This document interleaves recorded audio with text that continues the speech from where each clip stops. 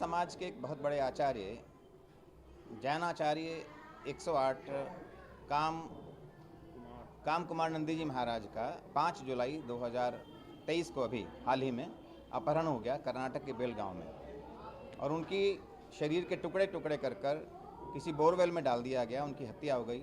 एक बहुत बड़ा दुख आघात हमारे जैन समाज को लगा है। समस्त देश में और देश से बाहर भी, विदेशों में भी इस पर भारी गहरा रोष प्रकट किया जा रहा है। तो आज दिगंबर जैन समाज अम्बाला शहर के द्वारा पूरा समाज एकत्र है, आप अब देख रहे हैं। और इसमें समस्त जैन समाज को जो आहत हुई है, जो उसको दिल को चोट पहुंची है, उनके जैन मुनियों पर जो एक बहुत गहरा आघात हुआ है, इस पर हम रोष मार्च निकालने के लिए तत्पर हैं।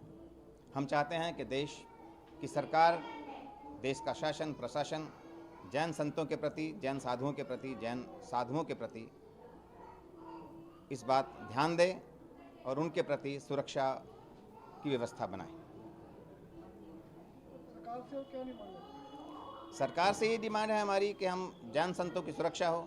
अहिंसा परमो धर्मः यतो धर्मोस्तु तदया।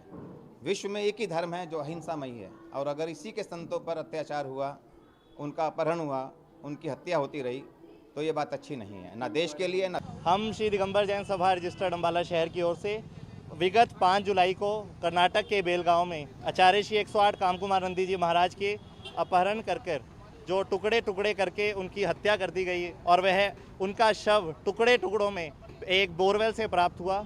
इस पर कर्नाटक सरकार द्वारा गिरफ्तारी तो कर ली गई, पर अभी तक उन पर कोई भी ठोस कदम नहीं उठाया गया है। इस पर पूरे जैन समाज में, भारत ही नहीं पूरे विश्व के जैन समाज में गहरा रोष है। जैन समाज अहिंसक है, ये हम मानते हैं, पर जैन समाज कमज़ोर नहीं है। यह वही जैन समाज है जो जीएसटी का और इनकम टैक्स का भी 24% हिस्सा देश को देता है। सबसे शिक्षित समाज जो है जैन समाज है, पर जो सरकार के द्वारा कोई भी ठोस कदम नहीं उठाया जा रहा।